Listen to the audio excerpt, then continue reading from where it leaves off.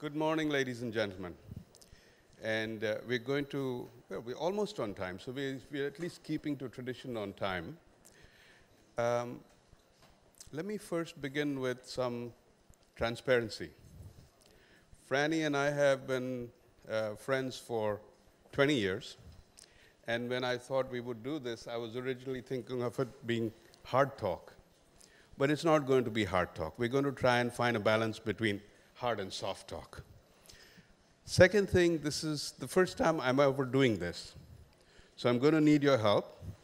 And the way I'm thinking of doing this is starting off with some questions, then going with a quick fire round. So for the questions, you have 3 to 4 minutes. For the quick fire round, it's 1 minute. And then turn to audiences and try and intersperse this over the period. I suspect as we go through this, I will discover why CNN journalists and reporters are paid millions for their job. So let's begin, Frannie. We noticed, well, 2 days ago that the glass ceiling in the US was not broken, but you've broken the glass ceiling many, many times. So tell us how you break this glass ceiling. Oh, good morning, everyone, and thank you, Rakesh, for inviting me to have this personal chat with colleagues at the bank and visitors from outside. I have never thought about ceilings. Maybe that's why I have always thought about what I want to do, what needs to be done, and how I can do it. So at the end of the day, that's how I run my life. I started as at a very young age. I was very risk-taking. I asked my father when I was 2 years old why we had a very big wall surrounding the place where we lived. And he said that's to protect us from the animals outside. And so it was a very high wall, and I decided at that young age to climb and look to see what's on the other side.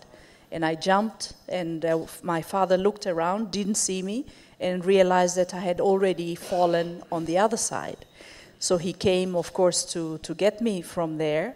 But the thing I remember seeing from him was the fear in his eyes. And I had not realized at that young age what I had done. Of course, this story gets told all the time as I'm growing up. But it did remind me many years later that sometimes it's important not to jump over the other side. And so while I didn't smash any ceilings, I did break a few bones, and I did learn. Yeah, those bone-breaking instances are quite interesting as learning experiences. I've done a few of them myself, yes. What inspires and motivates you every day? I'm inspired and motivated by the possibility for change. And I think here I speak also on behalf of all the hard-working people across the continent who wake up every morning looking for an opportunity to make a life.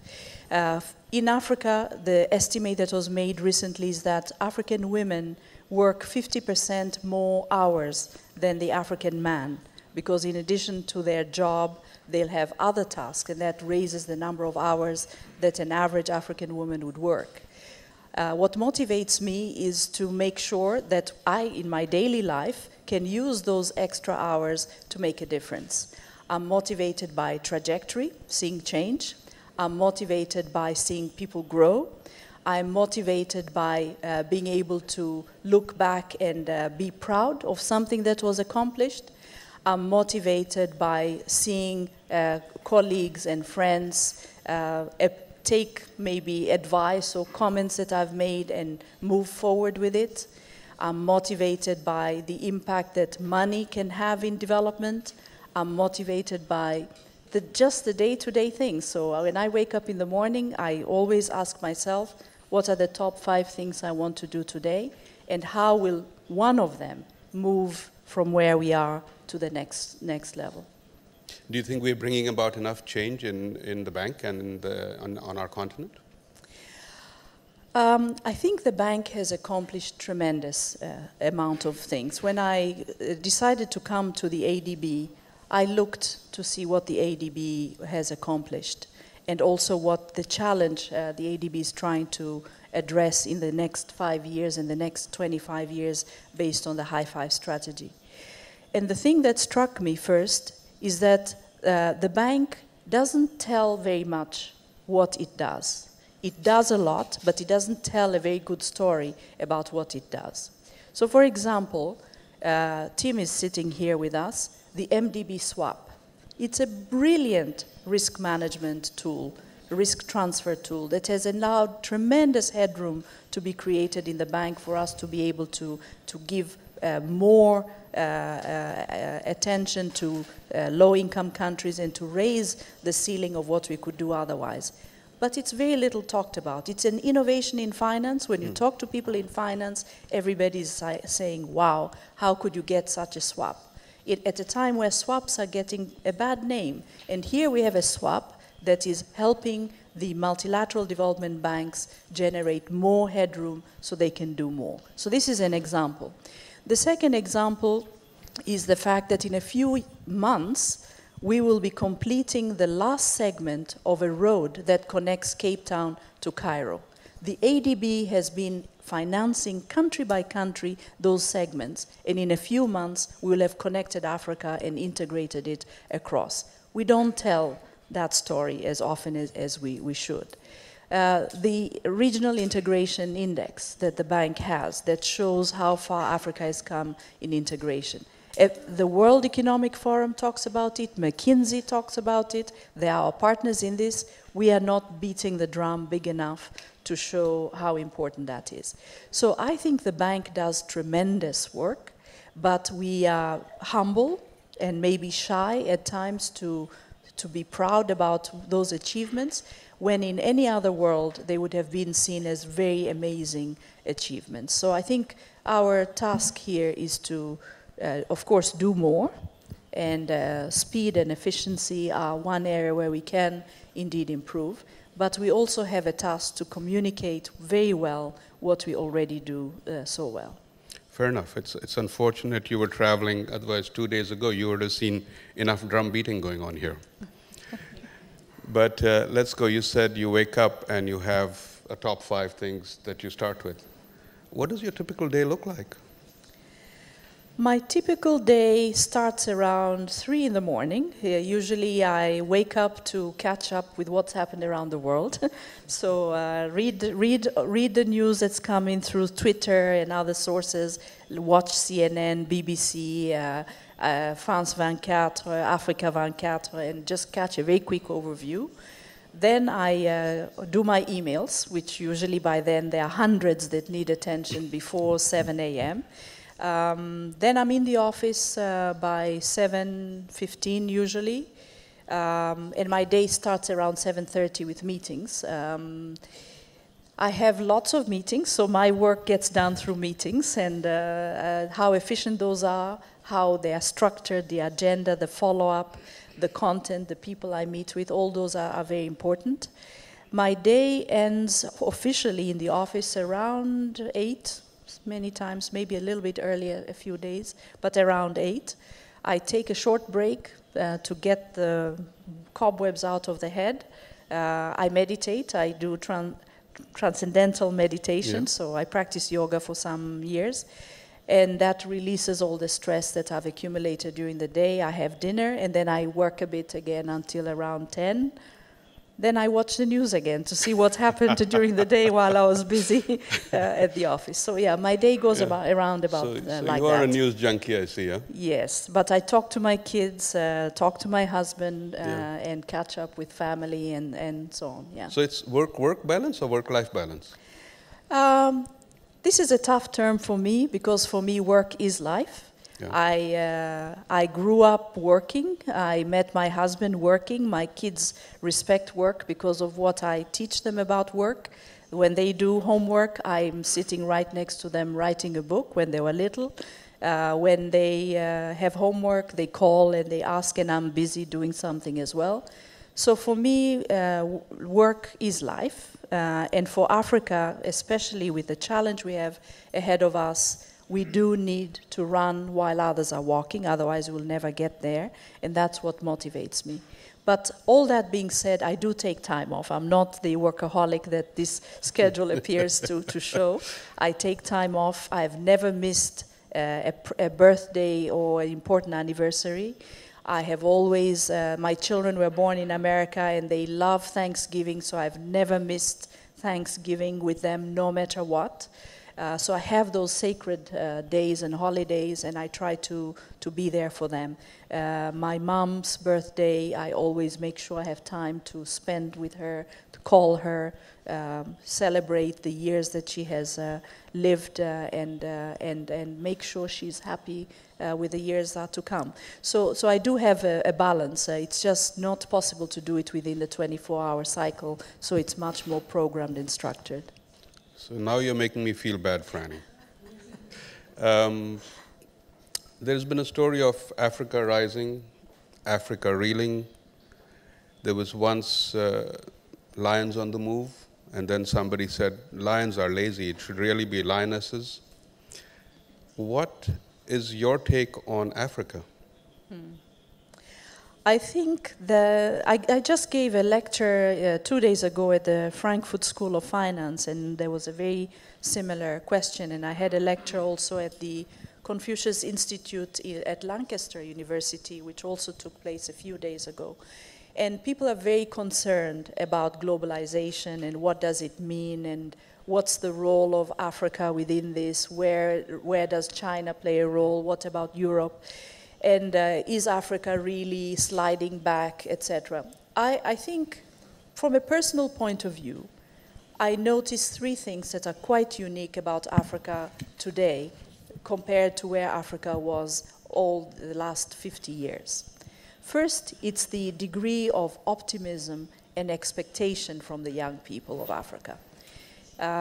Whenever I travel, whenever I meet young people, people who are the ages of my children, there's a very strong feeling of first being African and then being something else. So African and then Tanzanian, or African and then Senegalese, or Ivoirian, and so on. And I think this feeling, which is concretized not only as a perception, but in real action, where you've seen our president received a few weeks ago the African passport that allows him to travel across Africa without needing a visa.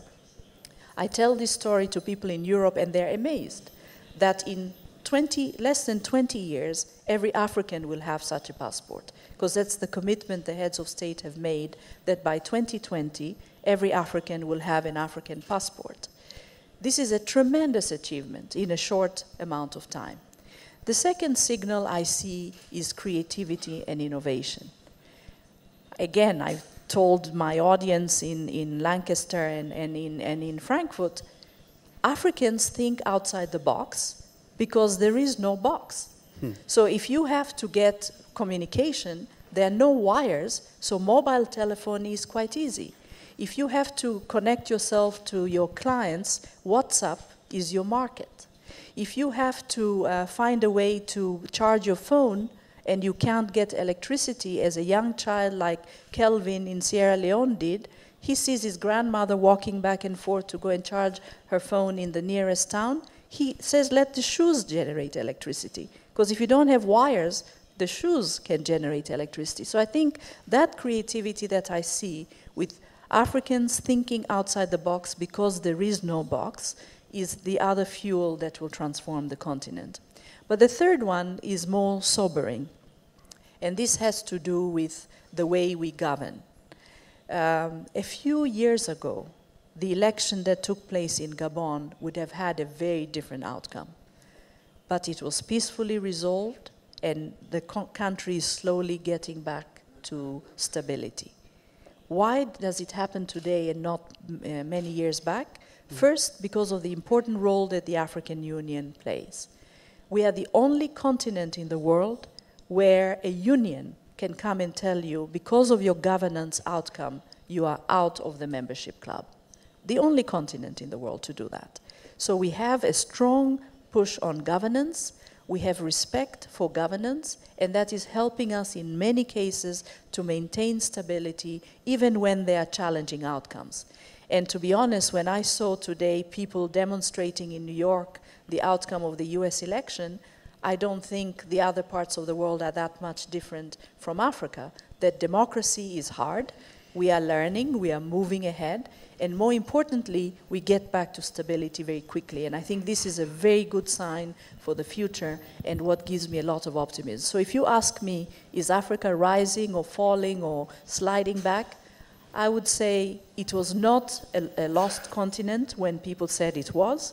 And maybe it was not as rosy as people said it was just a few years or months ago, but it is steadily rising, and the fundamentals by which it is rising are the kind that will bring stability, will fuel innovation and creativity, and that will transform the way we interrelate with each other to create the kind of markets, the kind of spaces, and the kind of mobility we need to go forward. So when we read in the news the things that, for instance, falling investments, the trade volumes still being where they are in terms of intra-regional trade anyway, the changes to, obviously, the sharp changes in commodity prices, how does Africa mitigate against all of these externalities going in and live up to the optimism that you just painted? I think we have to be prepared now on the continent for a long period of low commodity prices, and that means we have to diversify our economies. And the reason why, despite the 2008-2009 financial crisis, despite Ebola, and despite the low commodity price cycle, we still see Africa growing, is really a testimony to the resilience of African economies. Secondly, even though there are a number of countries that are dependent on commodities, there has been sufficient diversification, and that needs to continue, which is allowing these countries to remain on a growth path. Third, I think that on the investment side, last year, in the 2 months of January and February alone, Africa raised more in private equity than it had the whole year before. And you see those trends continuing. Foreign direct investment is continuing to flow. So although growth has been shaved a couple of percentage points by the IMF quite recently, we still have the 5 fastest growing economies in the world. I come from Tanzania. 2 days ago, the IMF reconfirmed above 7% growth for Tanzania. Here in Côte d'Ivoire, 10% growth is expected. We have 5 countries with those high levels of growth. So I think investment is still flowing. Remittances are coming in large numbers. And there's a change also in the way remittances are being used, with people looking at remittances as a way to invest and not just as a transfer for consumption. We have trade volumes growing, especially intra-African trade, which, while it remains low, still is quite important that the transformation and the trends are positive. Africa's participation in the global economy is also growing. We are now at between 1% to 2%, depending on how the indicators are measured, but very soon we should jump into higher percentage rates because of this diversification and fuel from the intra-regional trade. As we speak, there are 2,000 Chinese companies invested in Africa, so that's not just China buying our primary products, but actually investing in agriculture, in manufacturing, and bringing those investments to the ground.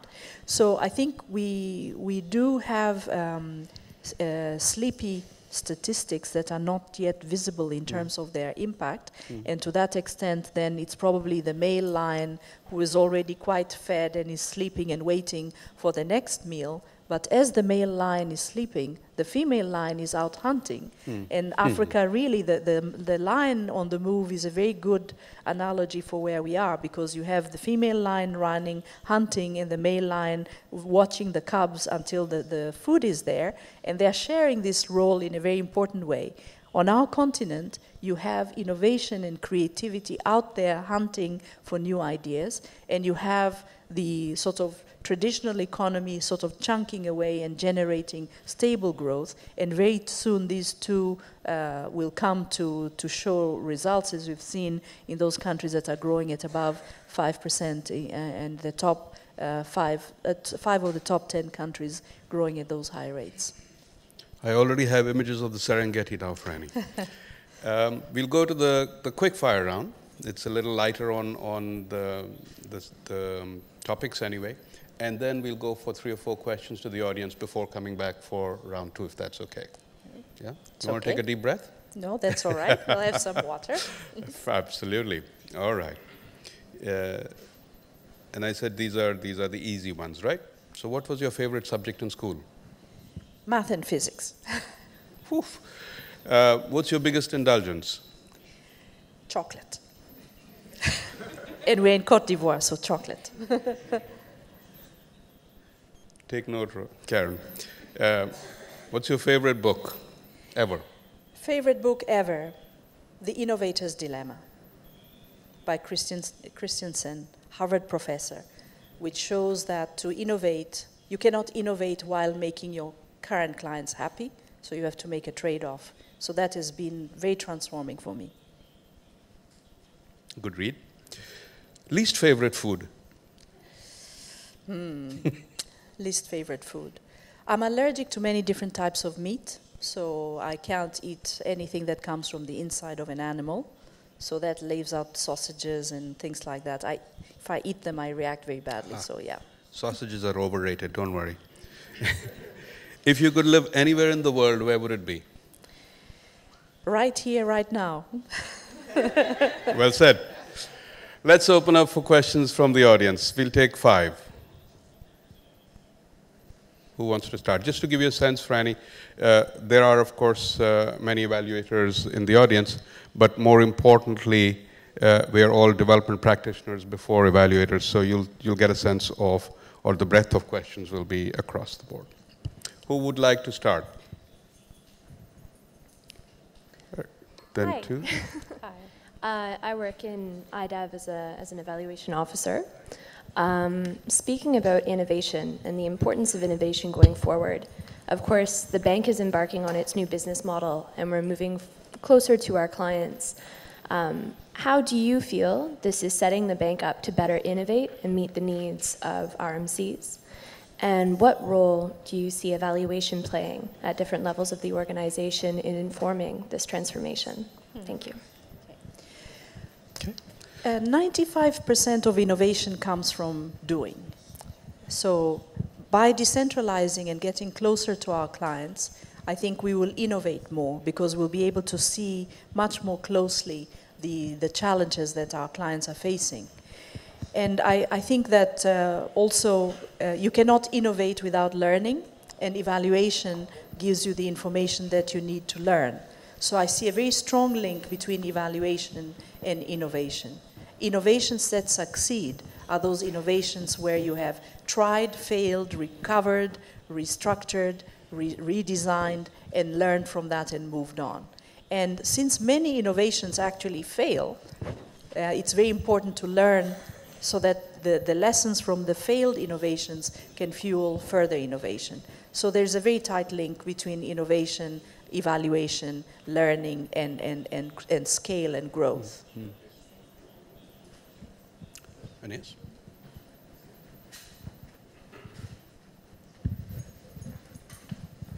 Thank you, Madam, to come and discuss with us. My question is about the relationships between power and evaluation. But now it is up to you. Actually, I want to give some precision. Evaluators claim to always tell truth to power. Now it is up to you to kindly tell the truth to evaluators who are in the room. The question is the following. Do you think that there are circumstances when evaluators should not tell the truth to power? Well, I went to Google to search about telling truth to power, and I found that I think it must be in the 18th century. a gentleman, Sir Thomas More, told the truth to the king, and he lost his life. We know in early 60s, Martin Luther King told the truth, and he lost his life. You're getting me worried already, Aeneas. Well, now, there is a nice song by a poet, a French poet, Guy Bayard. I think all of us very young to know him. But there is a song, the title is La Vérité. What he's saying is that the first thing to be sacrificed is the truth. And he said that the poet told the truth, and they cut the head. You also are, of course, aware that Jean de La Fontaine, in his poems, when he wanted to tell the truth to power, he uses animals. So, I'm coming back to the question. Do you think that there are circumstances when, as evaluators, we should avoid telling the truth to power? Thank you. You are asking probably the wrong question to the wrong person, not the wrong question, but to the wrong person for this reason. For you to be able to succeed in the long run, you have to stay alive. So staying alive is important.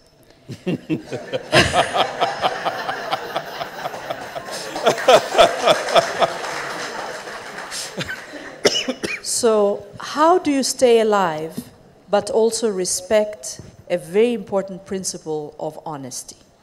Because to me, truth is more complicated. My PhD dissertation was how do you tell the truth, the underlying truth from multiple observations, right? So you can see, it was a very, very basic question really. You have a crack on the road. That was my whole thesis was around, there's a crack on the road. How do you know it is a crack and not a piece of string? Because if you are video recording it or using infrared thermography and other measures of measuring, it would just look like a line with temperature differences. It shows up as a fissure on the screen of your video. And a human looks at it and says, it's a crack. But you have all of that coming together and you need to find out the truth. And why is it important? Because you may be on Mars and therefore you don't have that human to actually verify what they're seeing. You have technologies and they all have error terms. So what is the truth? And that was my I don't know if you knew that, but that was my dissertation question. Now, truth and honesty are two different things. The job of an evaluator is to assess based on the best available knowledge, information, and scientific methodology or objective methodology, what is really going on.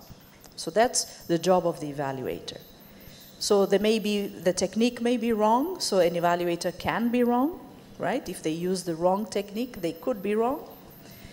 An evaluator may not have all the information, so if they don't use all the information, they could also be wrong. So, but to the best of their knowledge and the best of the available techniques for assessment, the evaluator's job is to tell things the way they are. Now, the third piece to that is now how do you convey that message? And this is the difference between evaluation for accountability and evaluation for learning. In most organizations, it has been concluded that evaluation for learning is more powerful than evaluation for accountability for the long-run benefit of the organization.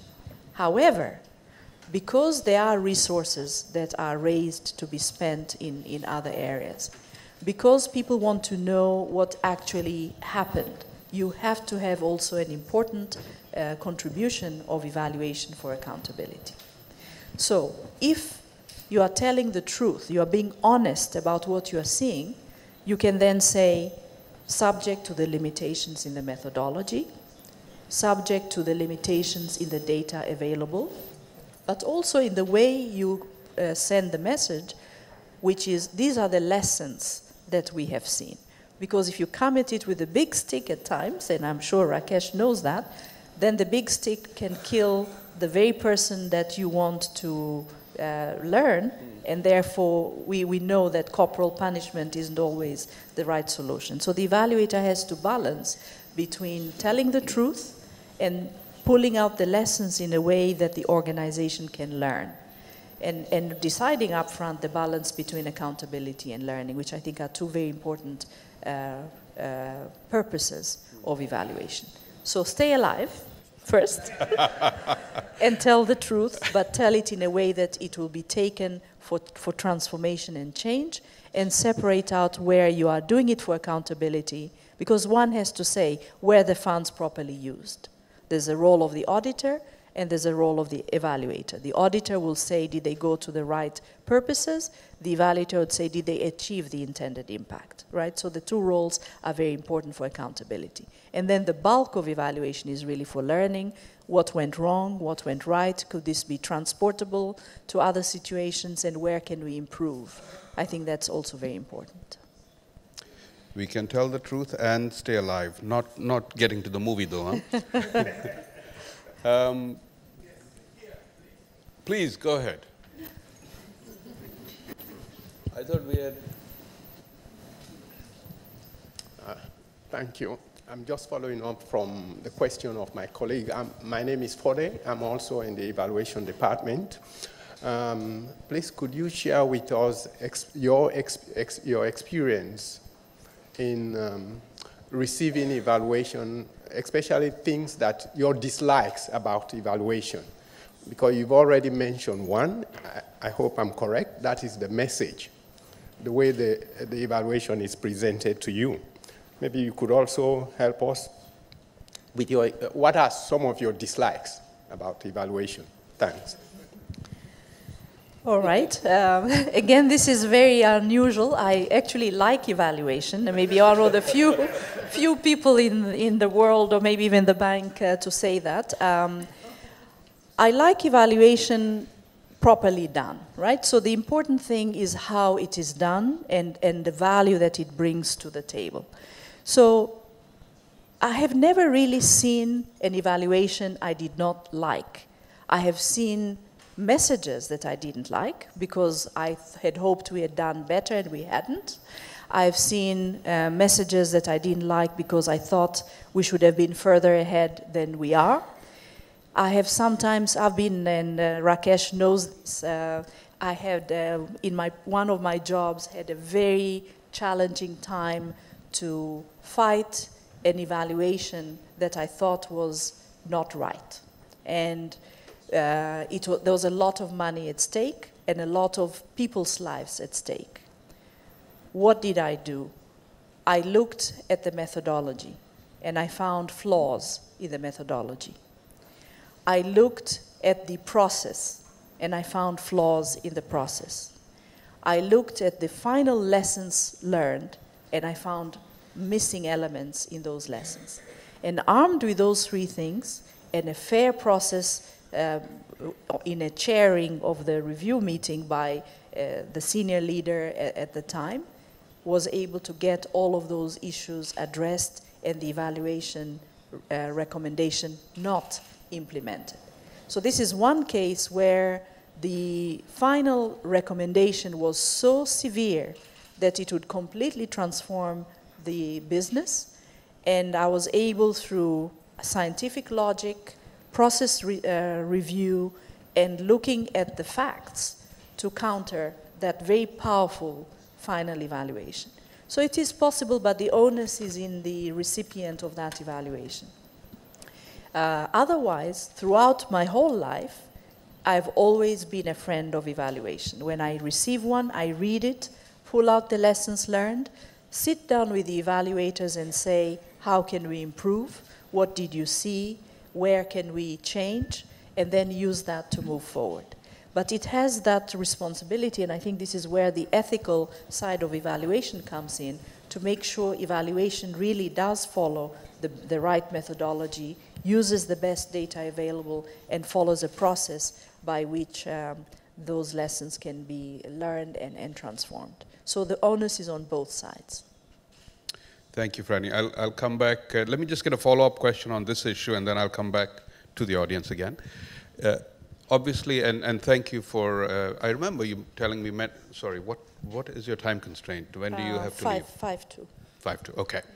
So one of the things that you mentioned was your thesis, and thank you for reminding me, and I didn't realize that 10 years later we would go back to your thesis, but one of the interesting things that you had mentioned at that time was data.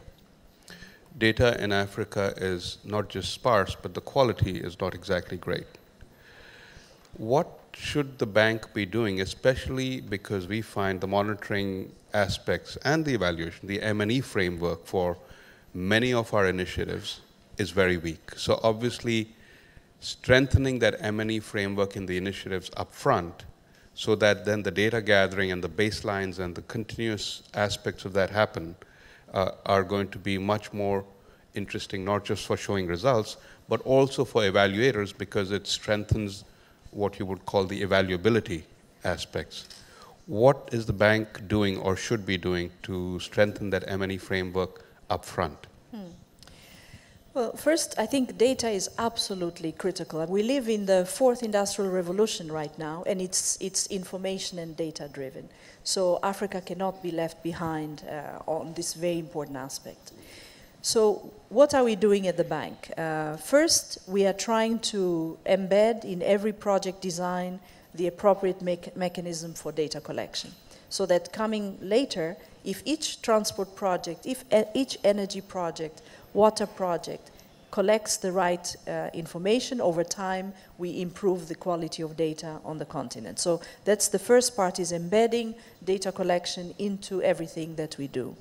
The second is this massive effort that has been invested in the statistical capacity building side by the bank. The bank is supporting multiple countries to enhance their capability to collect data and improve their statistics, and that's helping in general to improve the quality of data across the board. And of course, there's also the other kind of data which is important for markets and prices, like the data collected by our econ department on food prices, which is very, very important and tells us very quickly what's happening on inflation, what's happening in terms of markets, what are the possibilities for farmers to improve their productivity and so on. The other area which I wanted to highlight comes to what do you do when you don't have data, which is the situation we have here on the continent. Kahneman and Tversky, for those of you who are interested in this kind of analysis, Kahneman and Tversky are two professors, researchers who have done an incredible job in assessing one of the questions that Eneas has raised, which is the biases that humans have in interpretation and how we use data and avoid some of these natural biases that humans have. And in their various books, there's one book on uncertainty which they have written, which is very, very interesting, is what do you do when you don't have data? And the simplest thing that they propose is to use a panel of judges, right? Because here's an example. We are very good at judging beauty, for instance. Beauty is the most subjective aspect in our lives. But you put a panel of judges together with different backgrounds, and they make an assessment, and most of the time, with very few exceptions, the world would agree that this is Miss Universe. And that's the example they use to explain why a panel of judges can be an important in-between when the data is very poor. Because it turns out that the biases we have when you average out cancel each other out, and you get closer to the truth from that kind of evaluation. So if there is no data, get a good panel, very diverse, that brings the different perspectives, and their average opinion can give you a good benchmark for where you don't have data. And then, of course, the last area is the importance of the era that we live in. We live in an era of digital availability, digital mobility. Every tweet is a piece of information. Every WhatsApp message is a piece of information. How can the bank benefit from this wealth of exchanges that's going out there to take value out of that in the current world of mobile data. And I think this is maybe a question for you in evaluation, but it's also a question for all of us at the bank. Are we tapping sufficiently into the possibilities that that provides? My answer is I don't think so, but there is a lot of opportunity for us to do that. Businesses are able to do that, and you can tell today when you go in any major clothing store, they are monitoring to the color and the size and the shape of what they're selling. And with that information, a message can go from Los Angeles to Dhaka in Bangladesh saying make more of the pink V-neck sweaters because those are moving off the shelves. So if they can do that for selling sweaters, we should do that for impacting and improving the quality of development. So I think we really need to do more in that area. Thank you. And purple's the new pink, I guess, after last night anyway. Please go ahead and then we'll go back. Yes. No? Ooh, Maria.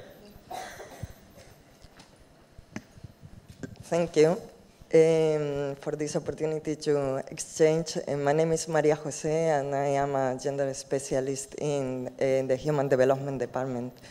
You have spoken at the beginning about stability, governance in the continent and its importance.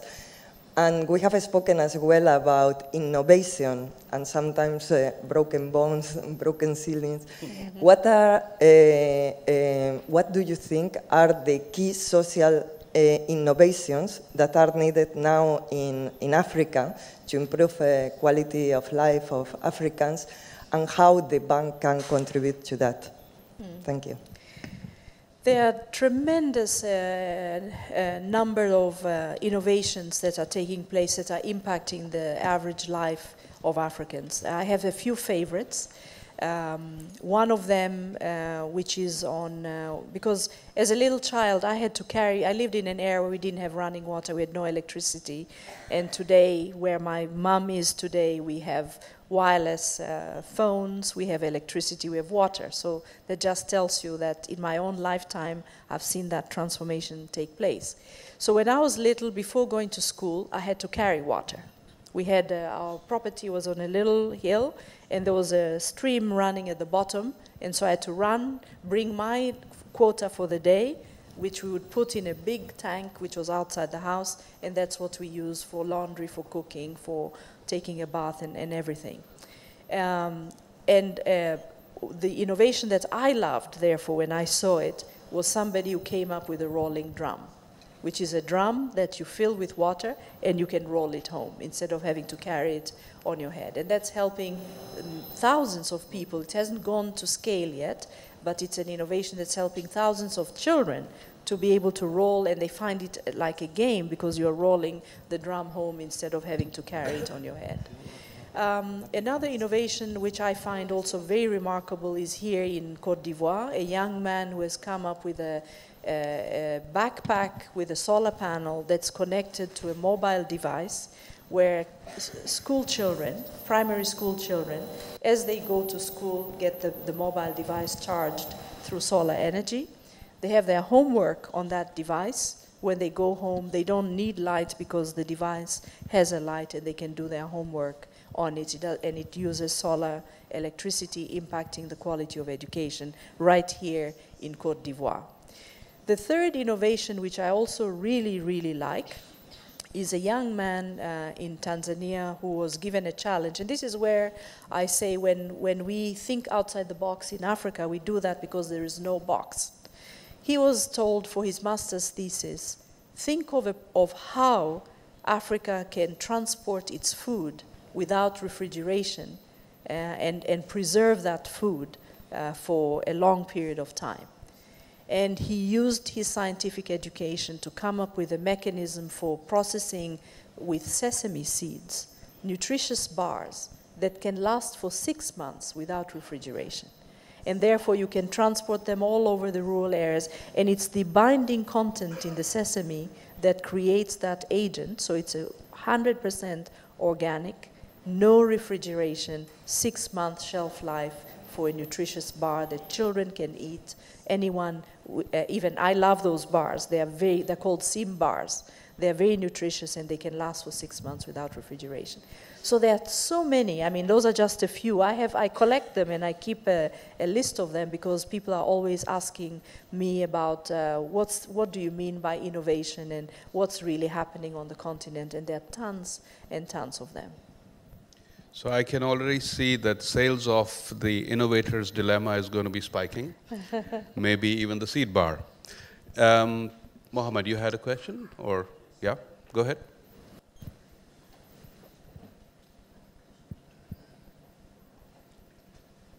There's a gentleman here. Pardon. Thank you very much, Madam. One of the pillars of these high five is, of course, change the way of life of Africans. Do you have a theory of change behind, or do you have a theory of action?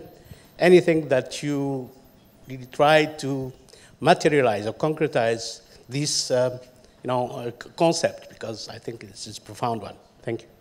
Okay. Yes. S'il vous plaît.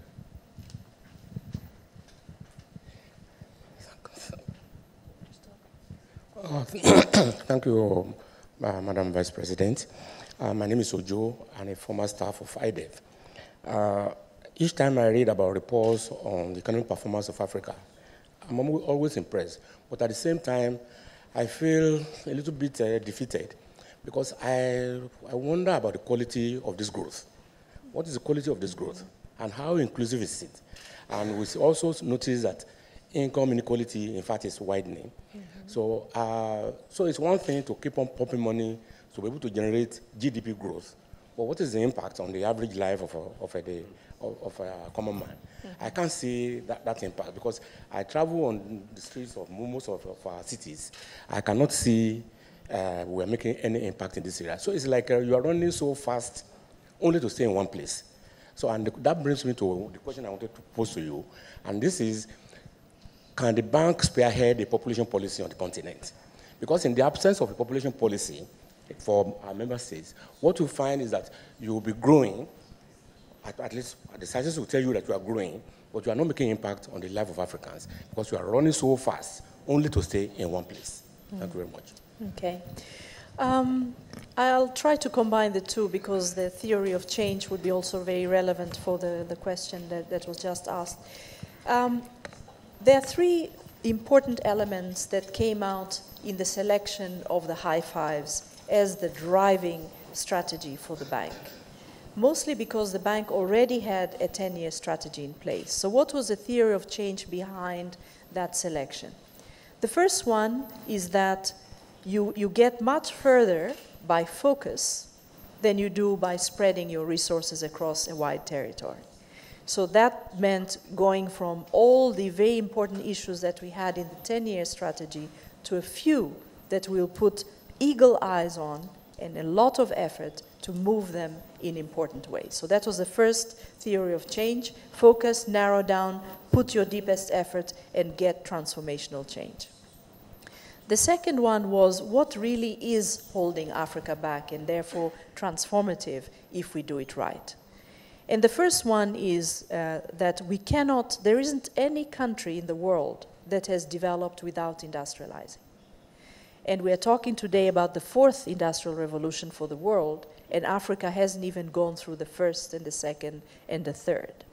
So what is holding Africa back in industrialization? Lack of access to energy. And therefore the top high five was to light up and power Africa. Because without that, we are not going to be able to generate the amount of economic growth that we need, the number of jobs that we need, and even the very quality of life that we're seeking to improve. Because the fourth industrial revolution is an energy-driven revolution, even more than the previous industrial revolutions have been. So that was how that came about. Then the third theory of change was you cannot be creative, you cannot be physically capable if you are not properly nourished. And Africa has 69% of the world's unused farmable land.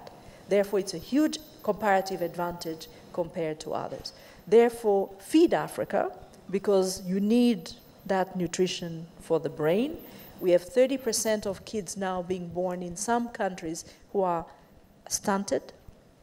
When you are stunted in size, you're also stunted in your neural capability in the brain. Therefore, nutrition is very important, and that's how that second high five came into play. The theory of change is nourish the body, nourish the mind, and you'll transform the person, and the person will transform the environment in which they live. And because we have a comparative advantage of all this land, we can do it.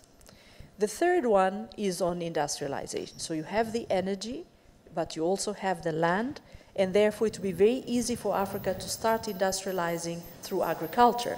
And you can see these elements of agriculture as a business. The theory for change there is industrialize in the areas where you have capability, where you can utilize the products that you make before you even think of exporting them to other markets. And Africa, of course, can improve the quality of its industrialization by testing it. If you can make jam and put juice into bottles, you can move on to make medicine and make other products, because you'd have tested the quality of how you do that, and you do it first in your own household, then you trade with your neighbors, and eventually with the world. But then we cannot just focus on agriculture for industrialization. We need other industries that would be very important, where we have comparative advantage. For example, on the cotton value chain, we can go from growing the cotton to making the yarn, to making the textiles, to making the clothing. And all of the imports that we now have, whether it's food or clothing, which is a big share of our imports, can be, those resources can be used for investing in other things that we also need. Then integrate Africa. Why? Because even if we do all those three things right, our markets are still too small. Some countries don't have viability if they cannot trade. Our own talent pools are stuck in different countries, and we need those to be mobile. And therefore, integrating Africa opens up the markets, makes them larger. It opens up the possibility for talents to flow, talent mobility. And more importantly, it creates viable economies, because otherwise some of our economies cannot sustain without being integrated. We have the largest number of landlocked countries in the world on the African continent, so we need to break those barriers. And then, of course, once we have done all those four, the quality of life should improve. But as the last question was asked, if you just do those four things, it's not automatic that quality of life would improve, because for growth to be inclusive, you have to do a certain number of things. First, you have to make sure that young people have access to jobs, so that you don't create intergenerational inequalities. And right now in Africa, that's one of our biggest risks, is to create intergenerational inequalities. We have 12 million young people coming onto the job market every year. We can only afford to employ 3 million at the current approach that we are taking. So we need to raise our game to create jobs for youth. Access to health. We have seen with the Ebola crisis that if you don't have well-functioning public health systems, a risk for one person is a risk for every person. Therefore, improving the access to health and the quality of health is a very important area of inclusiveness, so that the benefits of growth can be sustained. We lost a huge amount of our population through HIV and AIDS. We lose a lot of productivity through malaria and tuberculosis. We lost important segments of capability through Ebola. We don't want to have these kind of risks in the future, so access to health is important under quality of life. Education. Education is, I don't know how many of you have read the book by Thomas Piketty.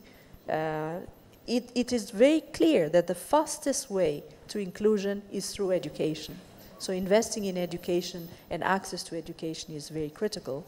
But we also need to change the impact that education has on how we then manage to become good citizens who can manage in a democratic evolution of our continent, who are getting skills that are useful for the job market, who can create, innovate, problem solve. So the quality of education is as important as its access.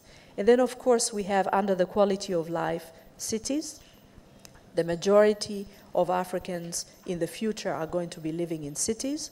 Our cities, unfortunately, are mostly around the periphery of the continent, which also happens to be impacted a lot by the rising sea levels. In Dar es Salaam, every Christmas, we lose about 200 people, just get washed away into the sea. And many cities are having impacts from flooding, from risks that come from climate change. Nairobi was flooded a few months ago with tremendous difficulty. We are almost like China right now, infrastructure on the top, very little infrastructure on the bottom, and our cities are very vulnerable to that, so we need to improve quality of life through wastewater collection, access to clean water, and other services, including transport in the cities, and that's all related to quality of life. And then, of course, under quality of life, we also have all the other factors. I think I already mentioned jobs for Africa's youth. So it's a complex one, but it goes at the question that you raised is how do we make economic growth inclusive? We make it inclusive by thinking about the future generations, so not leaving the young behind. We make it inclusive by bringing women into the participation in the economy. Right now, most African women are either in the informal part of the economy or not engaged to their full potential, yet they have a huge opportunity to generate and create wealth and quality of life for the population on the continent.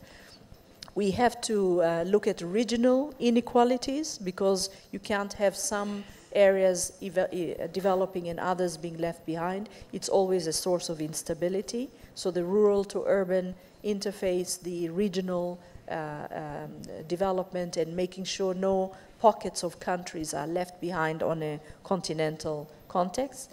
Inclusion also means not leaving the generations. I talked about youth, but also we have an aging society now in Africa. And as we are urbanizing, we are breaking some of those traditional family-based care systems. So we also have to improve the social safety nets that would allow us to maintain this high growth, high increase in the life expectancy, and at the same time keeping the two generations together.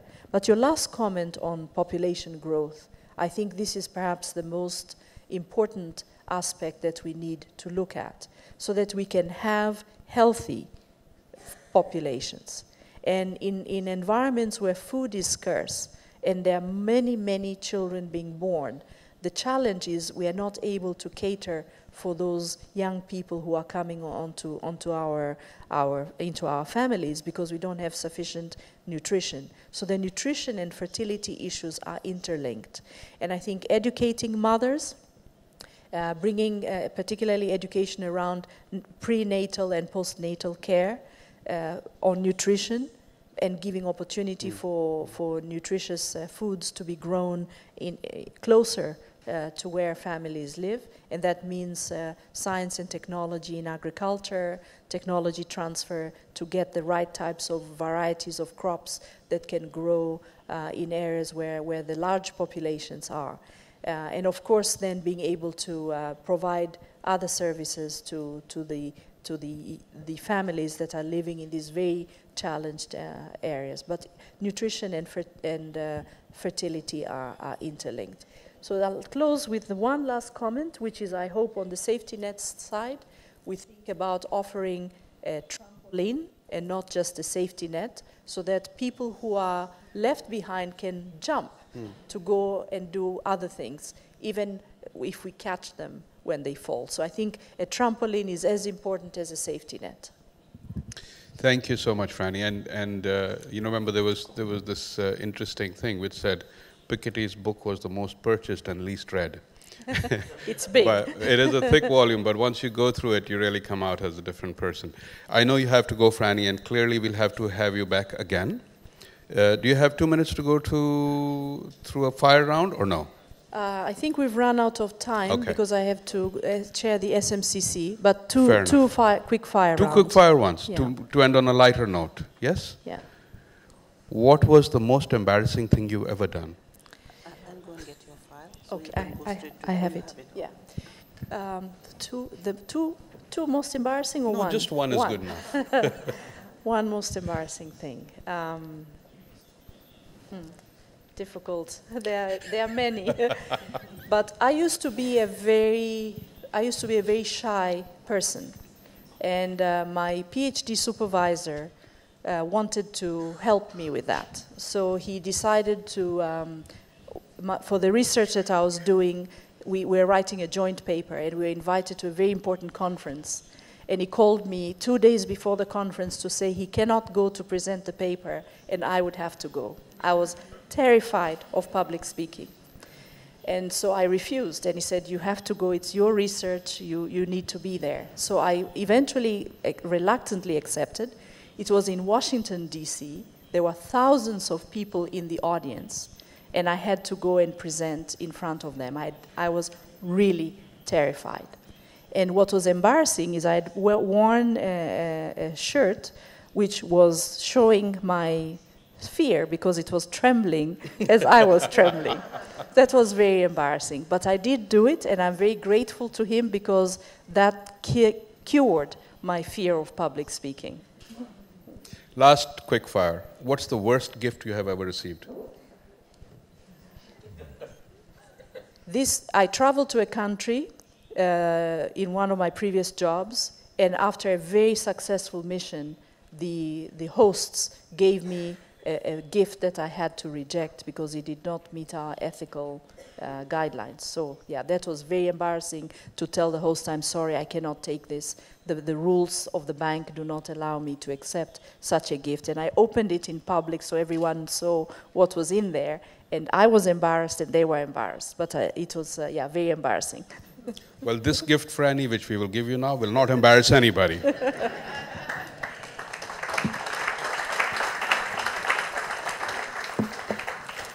So, Frannie, you become the only non-IDEV staff member to become an honorary member of IDEV with the sash. Oh. Thank you. And I will open it so that there is no embarrassment anywhere.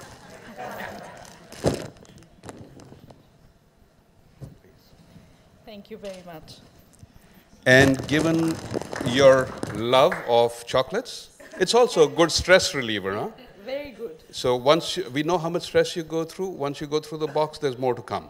Thank Please. you very much. Thank you. Ladies and gentlemen, a big hand. Thank you, Frannie.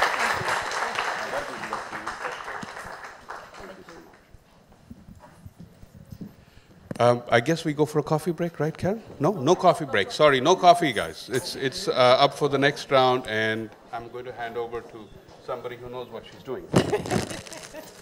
Thank you very much, Rakesh. Thank you, Frannie. No, we are going directly into the next session, which is on Integrate Africa, which will be moderated by Sunita Pitambar, our Director of OSHD.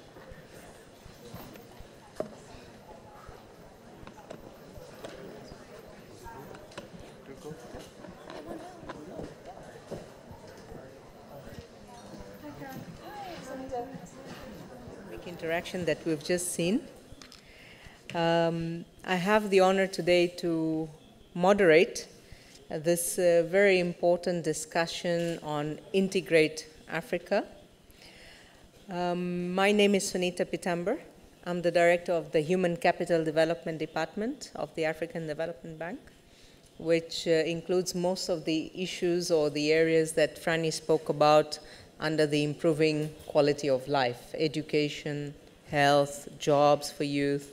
And I have the honor today to have this interaction with you on the way forward for integrating Africa. As you know, regional integration is a priority area for the bank. It has been a key area that we've been trying to deliver over the last 10 years. It's part of the high fives. And as a strategic priority, we put a lot of emphasis on economic integration. regional economic integration through infrastructure, through policy reforms, through having the right regulatory reforms as well. But how does, I mean, there are certain challenges that we all continue to see, and we have probably not achieved our aspirations and ambitions to have the kind of regional integration that is needed in Africa today to promote trade, to promote youth employment, to promote better security and less conflict. We haven't achieved that. And so we have the opportunity today to hear Dr. Fredrik Söderbaum, if I say it correctly, from the University of Gothenburg in Sweden. Dr. Söderbaum is going to tell us a little bit more about where these challenges are and what we can actually do about it. Following this presentation, we'll have a short coffee break, and then we'll come back to this room to have a panel discussion. And we have two panelists for that discussion as well. So let me not stand in your way, and over to you.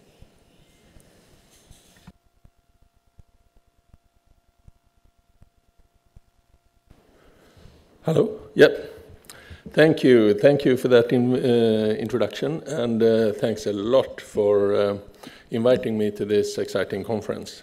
I'm very honored to be here. I'm honored to be at the African Development Bank. I'm honored to speak about my favorite topic, regionalism in Africa, or regional cooperation and integration. I've been involved in that for 2 decades. And it's important. It's one of the high fives, right? From the outset, I should say, I'm a university professor. I'm based at the university. Academics is my profession. However, I've done a lot of, I've been involved in consultancy, expert advice, and so on. So I try to link my work and results to policy. So just so that you know, and I'm trying to speak to practitioners and evaluators. I've been involved in several evaluations in this field, and I will try to give you some of my thoughts and results about that. First of all, we have to start out saying that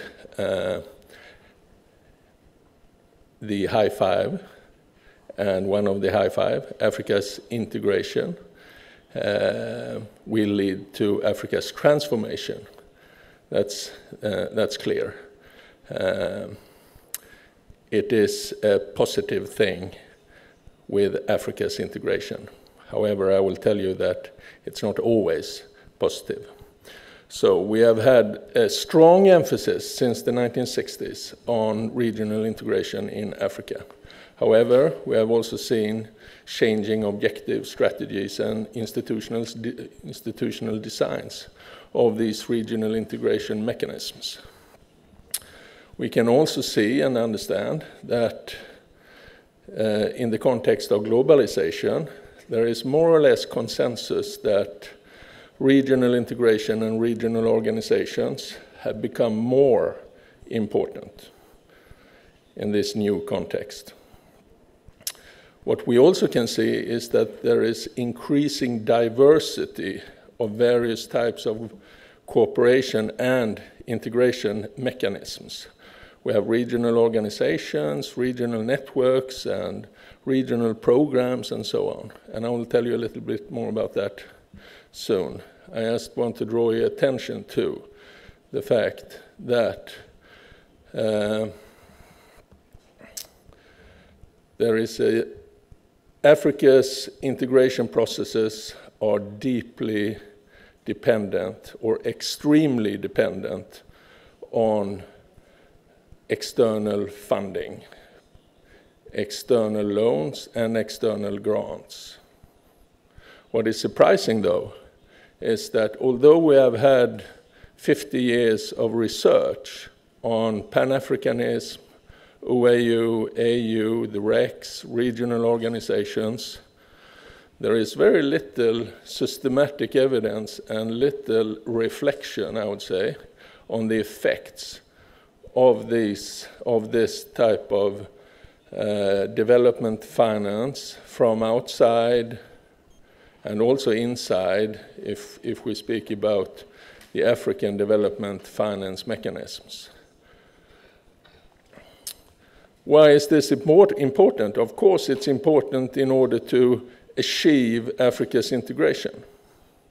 However, what is also evident is that if we cannot see proper results and impact of this type of evidence, the donors are withdrawing their funding. That's clear. And we can see that today, where several donors tell me that we are avoiding the regional organizations in order to do other things. However, there is variation among donors and funding development banks and funding agencies, how they support Africa's integration. There are different types of regional organizations, different types of programs. So I want to put on the table a six-fielder, which can make us distinguish between the diversity of regional cooperation and integration mechanisms, especially since the 1990s. In the rows, we can see a move from organization, or a distinction between organization, network, and program projects. An organization has a secretariat, a clearly defined objective, and some autonomy. Networks are more decentralized and horizontal. It's a different type of organization mechanism. And the program and project is perhaps also different. Then we can make this crucial distinction between task-specific or sectoral types of organization, networks, and programs on the one hand, and then the multi-purpose. And what we can see since if we go back until the 1960s, there were very few multi-purpose organizations. That's OAU, today's AU, and the RECs. We had many sectoral, task-specific regional organizations. However, since 2005 or so, there has been an increasing move towards these other more loosely defined types of organization for regional cooperation and integration. Then, if we have this pattern where the organizations can be task-specific or multi-purpose, but also the networks can be arranged and have task-specific or multi-purpose orientation. You have a power pool as a task-specific network, a public-private partnership. Then we also have a few, but still there, multi-purpose networks, such as a development corridor, development going beyond transport corridor, and so on. The key question then, key questions becomes, what type of mechanism perform best? And what development finance works best? These hang closely together. So in the first type of question, there are two sub-questions about what design, what type of organization perform best. For instance, in terms of, if we speak about performance, we can speak about policy implementation, in closing the gap between official policy and delivery on the ground. The second question is what institutional design has the best and most the best development impact. And I will tell you some of my results from doing research and policy advice, policy reports in this field. There is a short answer and not so stimulating answer, which is that we don't know. We don't know enough about these fundamental questions. There are many debates about African regionalism and African integration, a lot of research, but we don't know what institutional design works best. We don't know what development impact we have of these different designs. In fact, it often becomes a matter of ideology. And people ask, if I do raise some critical questions in this, about these issues, it often becomes, are you for or against African regionalism or the AU? Well, I want to see evidence, and we want to get towards better evidence, both in terms of research and in terms of evaluation. And if we speak about the evaluations, there are very few good and functioning evaluations about regional projects and regional integration and regional development. In fact, the AFDB was designing a major and big evaluation about their regional integration strategy, but it was abandoned because of the methodological problems in doing such an evaluation. And it's only until recently where research is going into investigating the advantages and disadvantages of different institutional designs. So what can I tell? Well, I can tell some results from research in this field, but I should also say that it's easier to say what's due to the methodological gaps and the gaps in evidence, that it's easier to say what is not working compared to what is working. In a nutshell, I think that the best preliminary answer in looking at both evaluations and policy reports and research in this field is that economics and finance or funding, regardless of if we speak about grants or loans, is not the main problem. The problem lies in politics and governance. And that implies that we need a better understanding of the political context and regional political economy. And in the rest of my presentation, I will try to nuance and specify what I mean with that. One thing that we have to take into account is that for 20, 30, even longer, 40 years, we have had attempts in the donor community to strengthen regional organizations, the states-led intergovernmental regional organizations, regardless if they are task-specific or multi-purpose. What I can see when going through a range of different donor evaluations and research in this field is that there is a big uncertainty whether such capacity building actually helps to reduce the implementation gap. It's an important lesson and something which may sometimes lead donors to say, we do not want to have to do with the RECs or the regional organizations.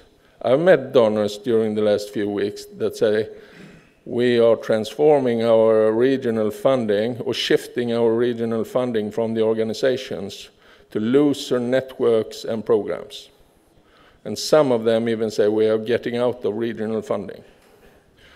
So there are many different problems here. If you see on the left-hand column, organizational problems, relations with member states, relations with donors, relations with other actors, reporting and results.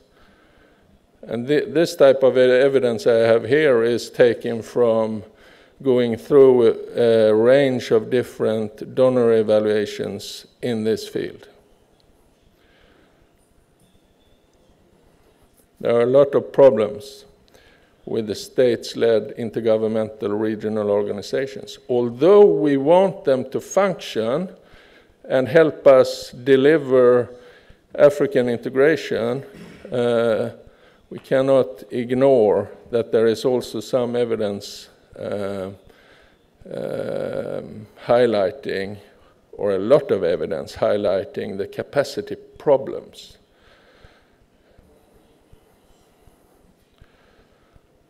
The next question then becomes, so if many donors are avoiding the RECs and the states-led regional organizations, is the network and program approach, which is more functional, which is more perhaps bottom-up in a sense, but less bureaucratic in a sense, the solution? Well, the problem, I think, is that we have lots of experience in development theory that the project approach does not drive structural transformation. And we can also see that there is a rather strong tendency of governance, of fragmentation in this field.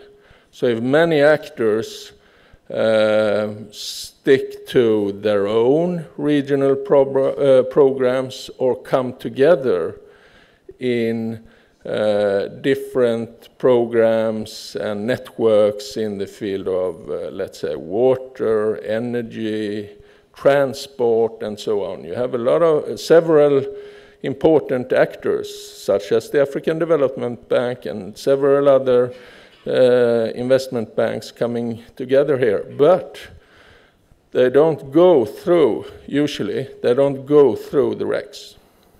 They work through a more loose approach.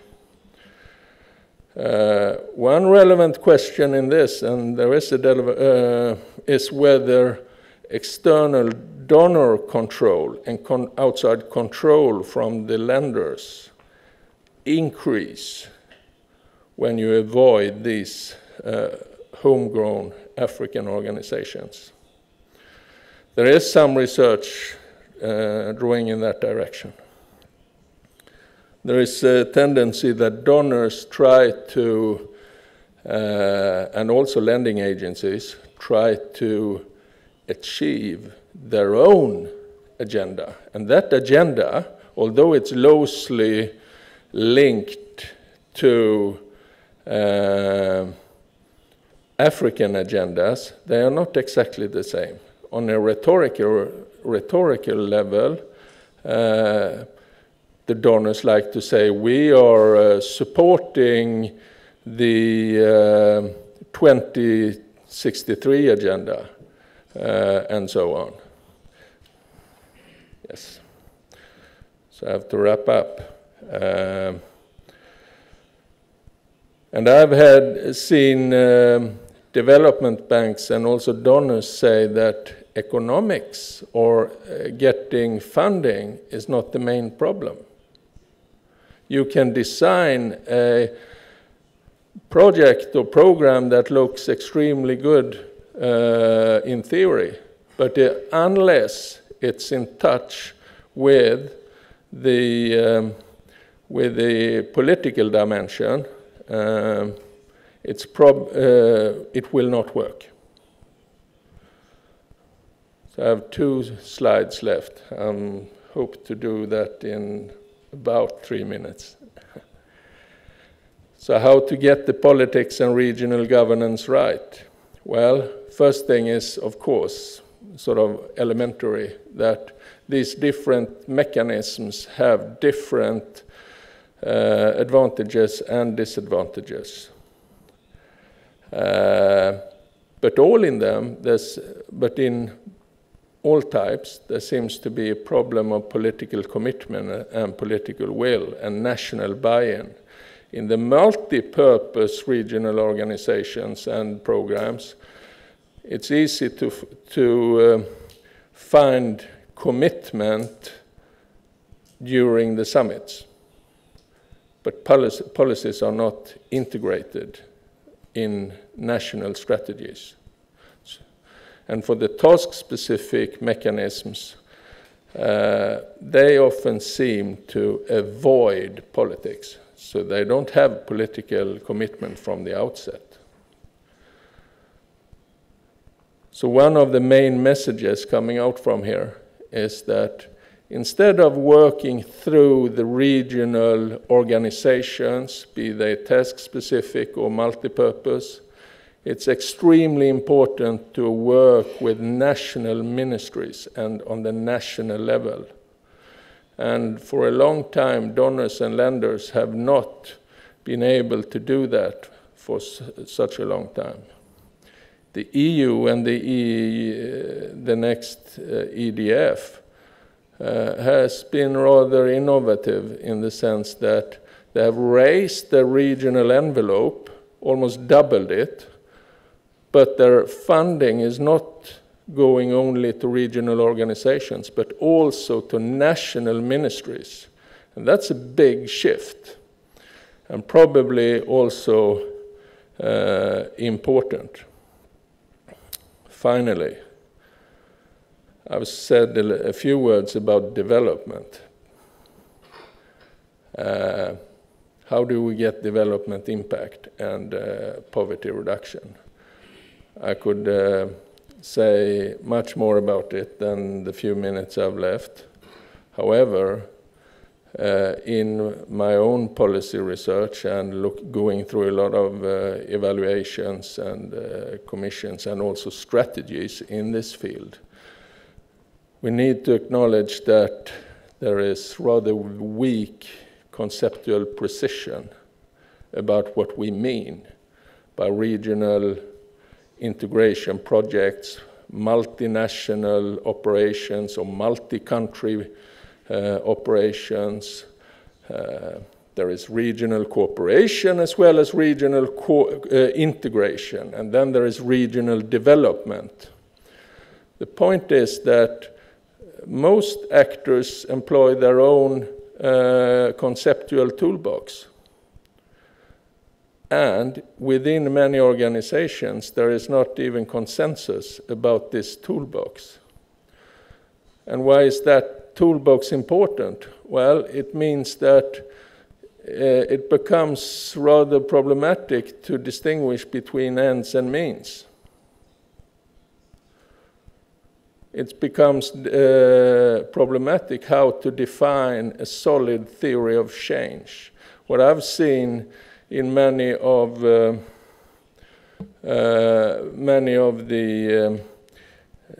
in my research on many of the development banks and donors operating in this area, that few work with a solid theory of change.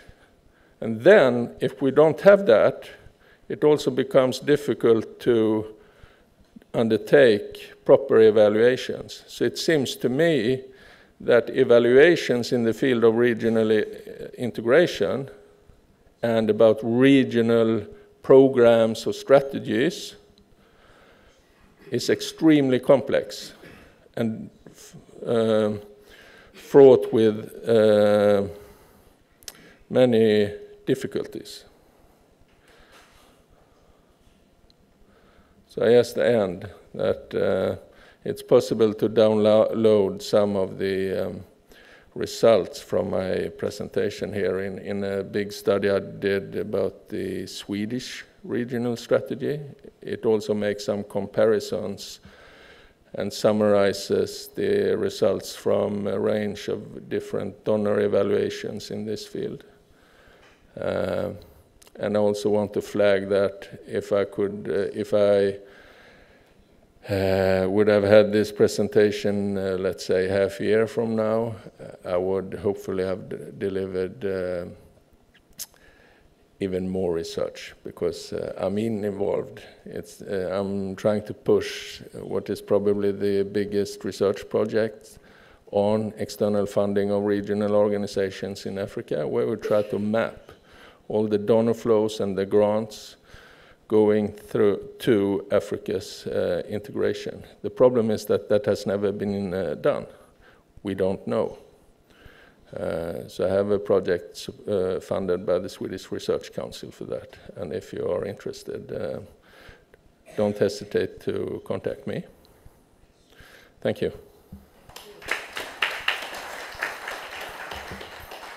Thank you very much, Dr. Frederick, for this very, very interesting presentation. I know everybody's burning for questions, but also dying for a cup of coffee. So let's take a short break. It is exactly 9:35 now, so let's take about 15 minutes.